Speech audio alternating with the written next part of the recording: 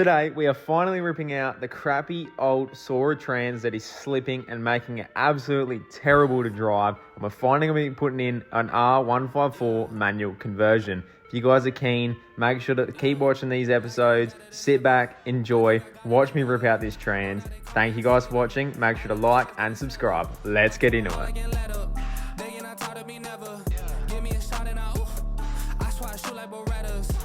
Alright guys, to start off the manual swap, what we're going to do is remove the exhaust, the trans, and all the automatic stuff inside the car, so we can then bolt up the clutch and then the gearbox when that's all ready. So I'll get into removing the exhaust and all that now.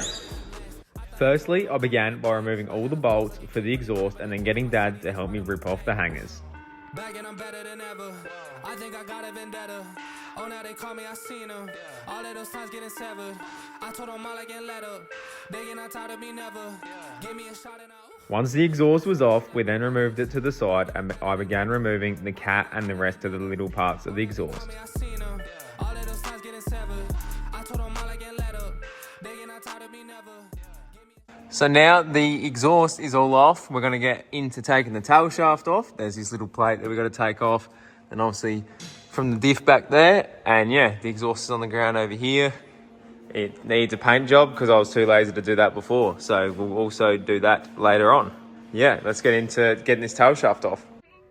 And sparing no time, I jumped straight onto the tail shaft bolts. I then removed the middle section and slid the whole thing out.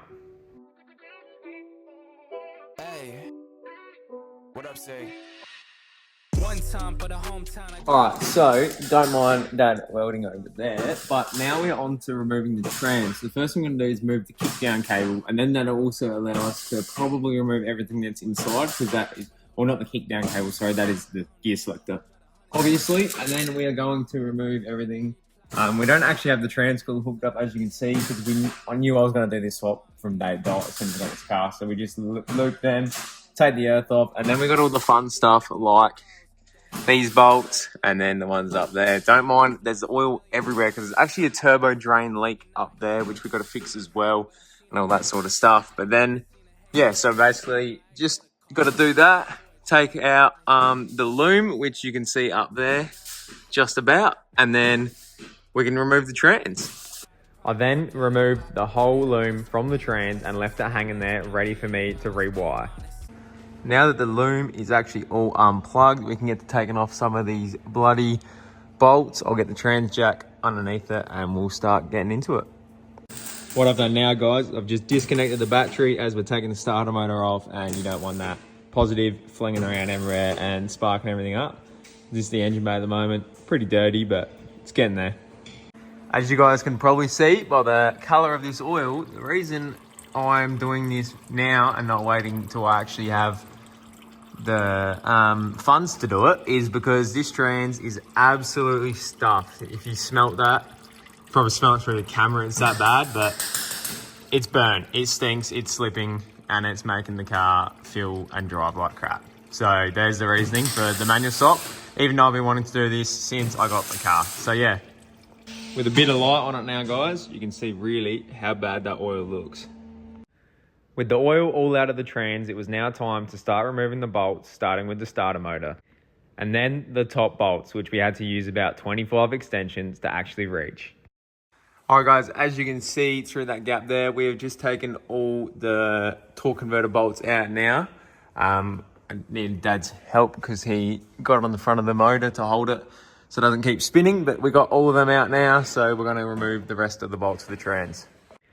With all the bolts out, it was then time to drop down the trans and move it to the side, ready for the bloody bin.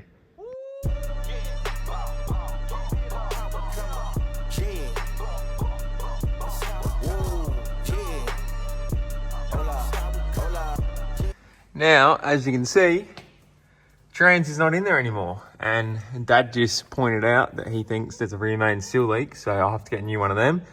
We'll take this flex plate off quick and have a look at it. Alright guys, so here is the trans on the floor. We've got it all removed. I tried removing that flex plate, but then I realised we don't have any CRC, so that ain't coming off anytime soon. So in the next video, what we're going to do is we'll get the Clutch all sorted on there, the flywheel and all that. And then we'll also find the wires we need for reverse and park neutral and stuff like that. There's a guy that has a video on it, so it should be pretty easy. And then we can situate the box, and what we'll do is measure from here to where it needs to be, because I'm pretty sure a little bit of cutting needs to happen to get the shifter to line up. So then we can remove all that auto stuff sitting there too. So I hope you guys enjoyed the video of removing the trans. Actually wasn't that much work. It looked a lot worse than it is. But for the next video, stay tuned, make sure to like and subscribe, and I'll see you next time.